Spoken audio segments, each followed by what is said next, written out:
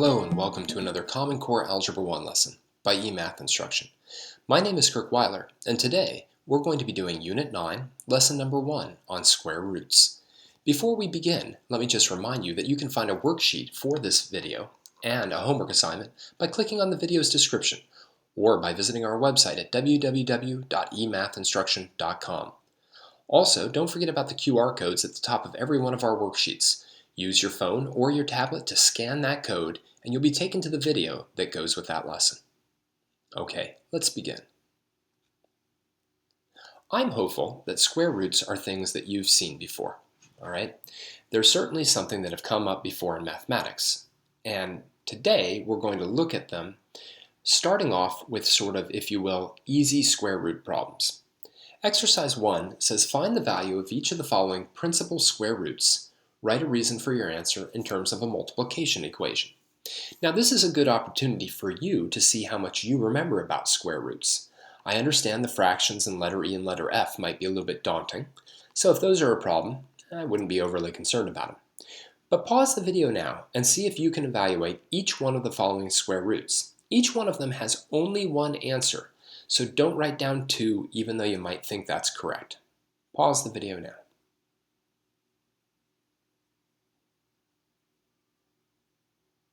All right, let's go through them. So square roots always answer a very funny question. They always answer the following question. What number squared will give me 25? And the answer there is 5. All right, why? Right, this is the write a reason. Well, that's because 5 times 5, or better yet, 5 squared is equal to 25. Square roots and squaring are inverses of each other. They're opposites of each other. Okay, so the square root of 9, well, that's 3. Why? Because 3 times 3 is equal to 9. The square root of 100, well, that's equal to 10. Why? Because 10 times 10 is equal to 100. The square root of 0 is kind of a funny one. I'll have even students who get all the way to pre-calculus that are confused by this. But it shouldn't be confusing. The square root of 0 is 0. Why? Because 0 times 0 is equal to 0. Now, just as a reminder about fractions, don't worry about these two for a minute. When you multiply fractions together, let's say 1/3 times, actually let me get rid of that, 1/3 times 2/5. What you always do is you multiply the numerators, 2 times 1 is 2, and you multiply the denominators, 3 times 5 is 15. We can use that to understand that the square root of 1/4 must be 1/2. And the reason why is that 1/2 times 1/2 is 1/4, right? 1 times 1 is 1, 2 times 2 is 4, all right? Likewise, the square root of 64/9 has to be 8/3. Why? Because 8/3 times 8/3, 8 times 8 is 64, 3 times 3 is 9, okay? So, square roots essentially answer the question, what number do I have to multiply by itself? In other words, what number do I have to square to get the number under the square root?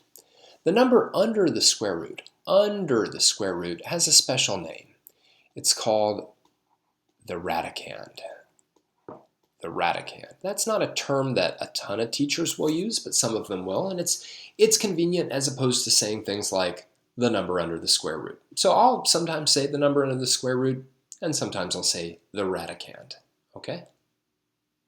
Anyhow, write down anything you need to, pause the video, and then we'll move on. All right, here we go. Let's go to the next page. Now, there are 2 square roots of every positive number. And the reason for that is because the product of 2 negatives is positive, right? So we know that a negative and a negative times a negative is a positive, and the product of 2 positives is a positive. And because of that, every positive integer has 2 square roots. You know, for example, right? -3 times -3 is 9, and 3 times 3 is 9. So both positive 3 and -3 are legitimate square roots of 9. Likewise, -1/5 times -1/5 is 1/25, and 1/5 times 1/5 is 1/25th. So both of those are legitimate square roots of 1/25th, right? So you might want to ask, or you might ask, well, why didn't I put down two answers then for every problem in number one? Well, that's because we need to have a way of knowing whether we're talking about the positive square root of a number or the negative square root of a number, all right? So which square root we're talking about will be dictated simply by whether the square root has a negative attached to it. In other words, the square root of 9 is 3, but the negative square root of 9 is -3, all right?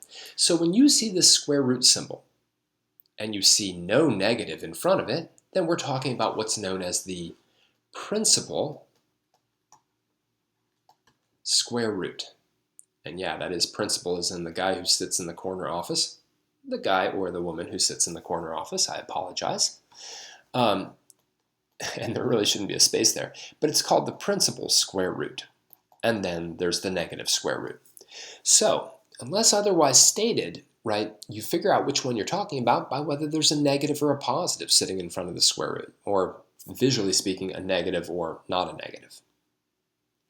All right, let me clear out the text, and then let's move on and do some more problems with square roots. All right, exercise 2, this should be a piece of cake. Give all square roots of each of the following numbers. All right, pause the video now and go ahead and do that.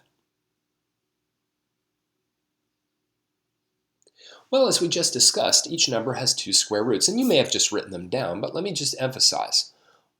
One of them will be the positive square root of 4, which is 2, and one of them will be the negative square root of 4, which is -2. In this problem, one of them will be the positive square root of 36, which is 6, and one of them will be the negative square root of 36, which is -6. Here, one of them will be the positive square root of 1/16, which will be 1/4, and one of them will be the negative square root of 1/16, which will be -1/4. And again, if you had all of these just written down without the square root symbols, that's fine, but I just really want to emphasize that that's how we're going to mark the difference between the positives and the negatives. All right, I'm going to clear this out, continuing on with our pretty simple square root work until the second half of the lesson. All right, here it goes. Let's move on to the next problem, okay? So exercise 3 is a relatively simple multiple choice question, but it, as usual, involves some function notation, right? F of x equals the square root of x plus 3. Which of the following is the value of f of 46, right? So again, this is more than anything else about function notation, right? And just knowing that when you see that, you shouldn't be scared. You should just put a 46 in this case, anywhere there's an x. So we then add these numbers first. We get the square root of 49, and that's 7. All right? So simple enough. Okay, you just have to understand function notation and what the square root symbol means. But it's still important, right? Now, that can be tricky, especially the function notation.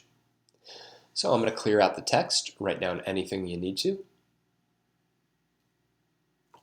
All right, and let's keep moving on. Okay, now the next problem might seem a little silly to you, okay? But its purpose is to illustrate one of the most important properties that square roots have, all right? And that's a property that has something to do with products. So let's do A and B together, then I'm going to have you do C and D on your own. Exercise 4 says find the value of each of the following products, right? So this thing says, hey, find the product of the square root of 4 times the square root of 9. Well, the square root of 4 is 2. The square root of 9 is 3. So that product is equal to 6. Letter B, though, says the square root of 4 times 9. Well, that implies that we should do the product of 4 times 9 first, which is 36, and then we should find the square root of 36. But that's 6, right? I wonder if that's a coincidence. right? I mean, it almost appears that when we're multiplying two square roots together, we could multiply the radicands first, the numbers under the square root, and then take the square root second, or we could take the square roots first and then multiply. Anyway, why don't you do problems C and D to see if the pattern continues to hold?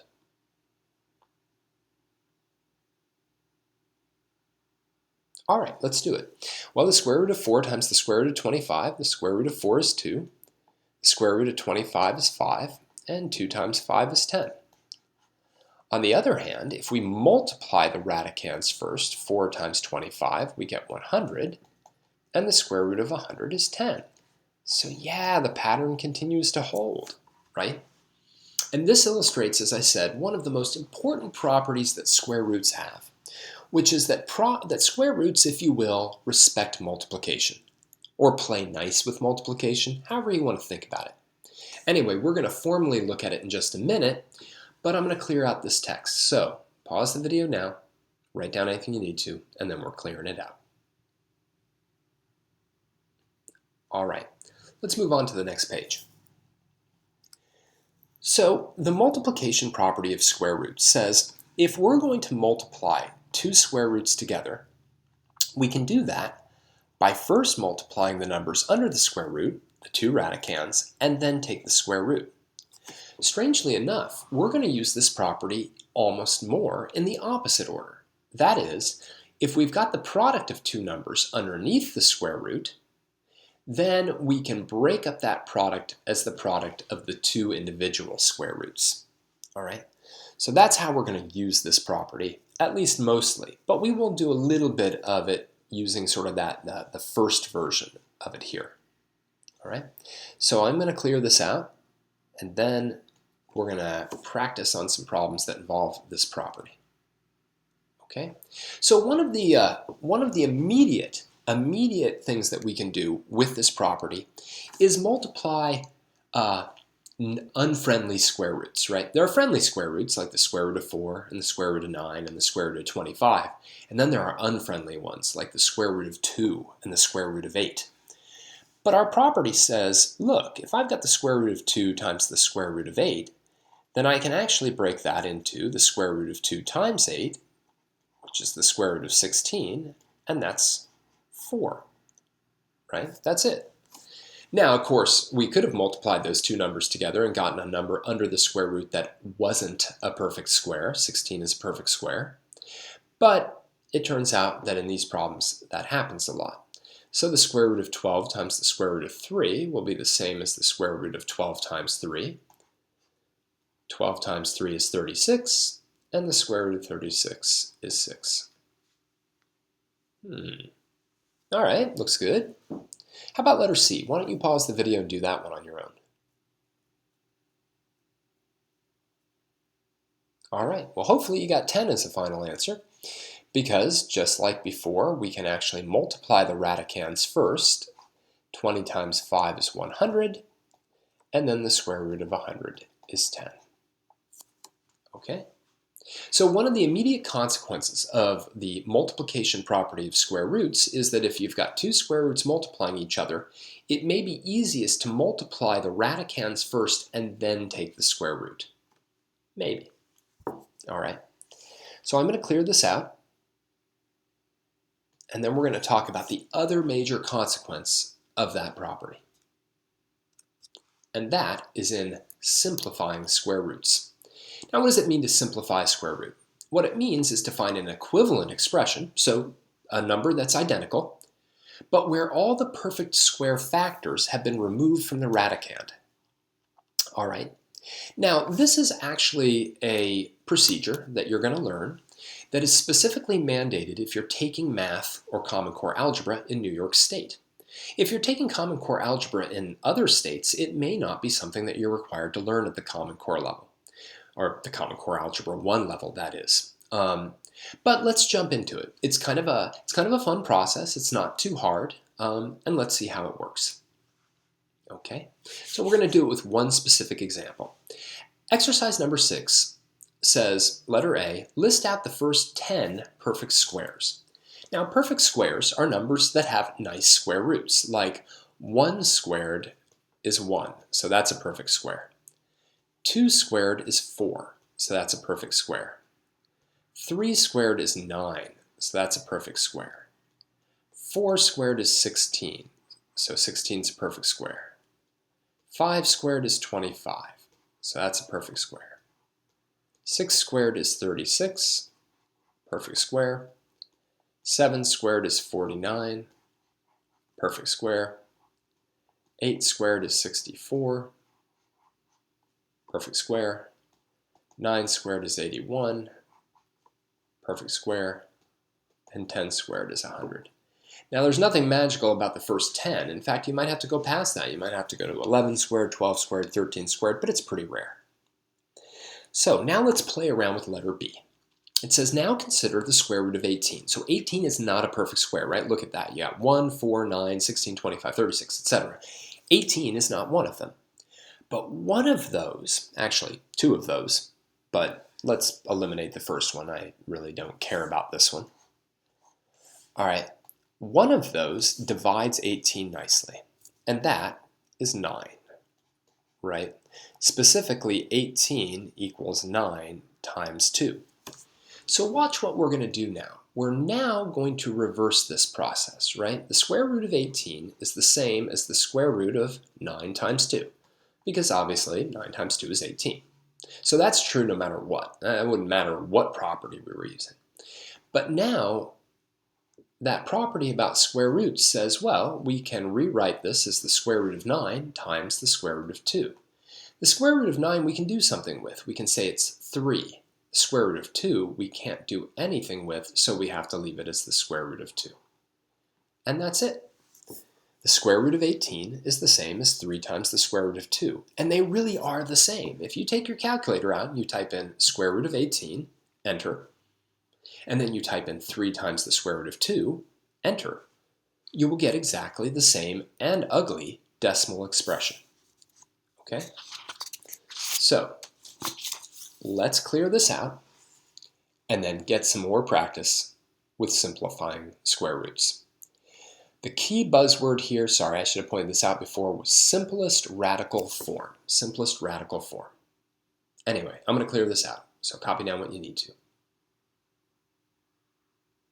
All right, here we go. Let's move on. Okay, at the top of the page, what I did was I listed out the first 12 perfect squares, and really the one that is the least relevant is the number 1. We're never really going to worry about the fact that that's a perfect square. So it's not that it's not a perfect square, I just don't really want to care about it. So it says write out each of the following square roots in simplest radical form. So here's what we want to do. We want to find the biggest one of these that divides into 8 nicely, and that's 4. All right? So in other words, 8 is the same as 4 times 2. But then we can use that property about square roots to rewrite that as the square root of 4 times the square root of 2, and then we can change the square root of 4 into 2. So take the square root of what you can and leave what you can't. All right, so I can find the square root of 4 is 2, but the square root of 2 I have to leave that way. All right, let's take a look at the square root of 45. We think about these numbers, which number goes in there. Obviously, you don't have to go up any higher than 45, but the biggest perfect square that goes into 45 is 9, right? 45 is 9 times 5, which means I can now break this up as the square root of 9 times the square root of 5. Always put the perfect square first. The square root of 9 I can find, that's 3. The square root of 5 I can't find, so I just leave it like that. All right. Letter C, I want to show you something that's kind of cool, all right, because it's often a mistake that students will make. They'll look at the square root of 48 and very, very legitimately, they'll have their calculator out and they'll say, okay, square root of 48 divided by 4. And they'll find out, hey, 48 is divisible by 4, right? So 48 is actually 4 times 12. Okay, so they'll break it up as the square root of 4 times the square root of 12. Square root of 4 is 2, and then they'll leave it like this. Now, there is no question, by the way, that the square root of 48 is 2 times the square root of 12. We've done everything that legitimate here. The problem is that 12 also has a perfect square sitting in it, right? let me get rid of this. Right, so we can actually take the square root of 12 and break it into the square root of 4 times the square root of 3. But then that'll be 2 times square root of 3, which will be 4 root 3. Now, there's nothing wrong with that. That's my final answer. That is simplest radical form, this amazingly important phrase, simplest radical form. But if I did it in 2 steps, that means there's actually a bigger perfect square that divides nicely into 48. In fact, the bigger one that divides into it nicely is 16. So square root of 48 is the same as the square root of 16 times 3. So that's the square root of 16 times the square root of 3, and square root of 16 is 4, and square root of 3 is square root of 3. All right. Now there is absolutely nothing wrong with reducing it like that, okay? That's sort of the equivalent if you had to reduce 12/18, let's say, and you said, oh, I know 2 goes into both of them. So you did this and you got 6/9, and then you said, oh, wait a second, no, I'm going to divide that by 3 and that by 3 and get 2/3. That would be fine. You can do that in 2 steps. Or you can do it in 1 step by dividing both numerator and denominator by 6. I don't want that right now. Let's go back to this. All right, now there's a negative in front of this one. That's no big deal. We just have to not lose it. So we look at all of these problems and we say, all right, not problems, but we look at all those numbers and we say, well, the biggest one of those that goes into 75 is 25. So I'm now going to break that down into negative root 25 times root 3. Don't put 2 negatives attached there, then you'd have a positive. The square root of 25 I can reduce, and I'll get negative 5. The square root of 3 I can't do anything with, so negative 5 times square root of 30 times square root of 3. All right. What I'd like you to do is play around with E and F on your own. Pause the video. Take up to 5 minutes. Calculator may be even handy to help you figure out which perfect squares go into those numbers, and then see what you get. All right, let's go through them. So the largest perfect square that goes into 72 happens to be 36. In fact, 36 times 2 is 72. So I break this into the square root of 36 and the square root of 2. The square root of 36 is 6. And I leave the square root of 2. All right, the square root of negative 500, I'm sorry, that was bad. The negative square root of 500 is not the square root of negative 500. We'll talk about that more next time. Well, the biggest perfect square that goes into 500 is 100. All right, so I can then break that down as negative square root of 100 times square root of 5, and then that will be negative 10 times root 5. All right, and that's how we simplify a square root, all right, by extracting all the perfect square factors. All right, so pause the video now and write down anything you need to. This is going to be an important skill for us in future problems.